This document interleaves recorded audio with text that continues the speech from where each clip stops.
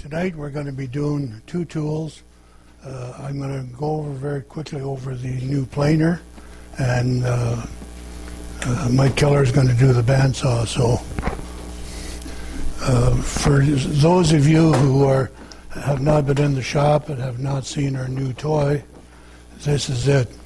The DeWalt 735, which replaces our Delta.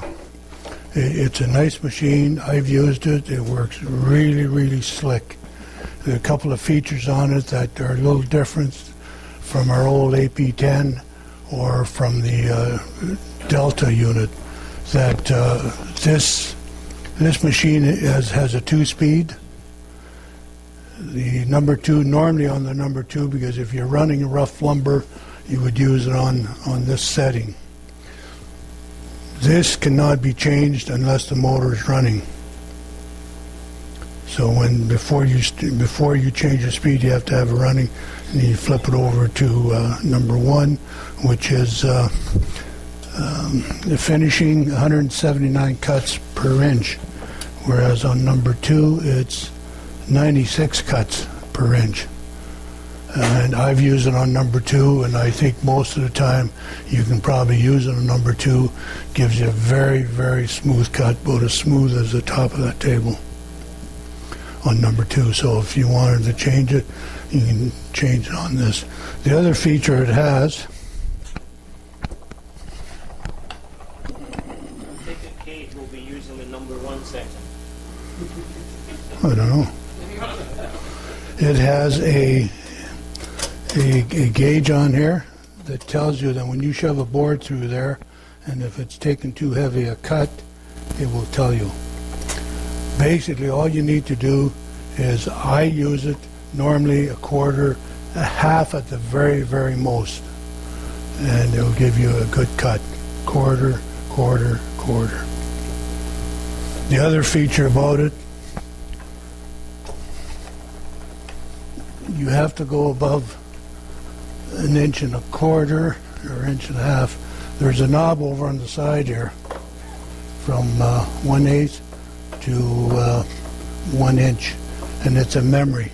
So if you're addressing a lot of lumber, you want to address it to 3/4 inch, you would put this, raise this above 1.25 inches, set this to 3/4 inch, and when you crank that down, it will stop at 3/4 inch. Right there, 3/4 inch. So it's a nice 3 blades. So it is a nice feature that it allows you to lock that in. You said that when you're making too heavy a cut, it tells you how to. Well, it tells you on here that when, like, if you put a 10-inch board on here and try to take an inch cut, 1/8 inch, it's too much. So that it should be the 3-inch, you can take 1/8 inch cut. If you put a 3-inch board, you can go 1/8 of an inch cut. If you go to 6 inch, it's 3/32 is maximum cut. And if you go to 13 inch, it's a 32nd. So you take a very light cut with a wider board, and it stands to reason that you would take a lighter cut. The other nice feature about it, when you hook up, there's a fan in here, and it blows. So when you run this, make sure you've got a hose hooked up, or if you're standing back there, you'll be covered in just no time at all, because there is a fan that drives that out. And when we dressed, I don't know how many feet, Dave, 60 lineal feet or so, and we hooked up a hose to it, and there was hardly any shavings around the planer. Everything went into the dust collector. So make sure it's hooked up. And the tables are fixed. When we bought this, it came with 2 tables, an extra set of knives, and it cost us $666 with all the taxes. Nice unit. How many here have one of these? And they do work nice.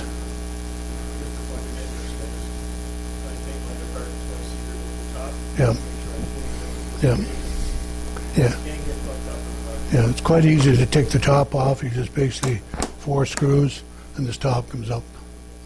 Easy to change the blades. Any questions? Don? How do you start it and what? That's the problem with the other one. How do you what? How do you start it? Like mine has a little gauge on it that you're running down into a pot and then you know you're starting. Is that thing like that? Yeah, basically all that is just a depth gauge. But really, if you've got a board, and what you'd want to do is take the board and see which is the thickest end, and then put that in. And if I was to stick that in, what you can see, I'm taking just about 1/8 of an inch, which might be a little heavy right there. So I would just cut that back and right about there for that size board. Oh, so that's telling you, that's what that little red Yeah. is showing. Yeah. And then the other feature is the lock for it's a memory lock, that whatever you stop it at, it will come back to that position. Any questions? Mac? Just one suggestion that I did to mine, on the wheel, which was some, like a marker pencil. Yeah, marked, Which way it's up and down. yeah, to mark the arrow. To me, When it's running, you don't always remember which way to go. yeah, that's something we have to mark, because that is going up. To me, that's backwards, but anyways, That's why you should work. yeah, The other matter, I think, should be up here once, yeah. right on the gate itself, because You'd have to put a logging chain on the earmuffs because they would probably walk.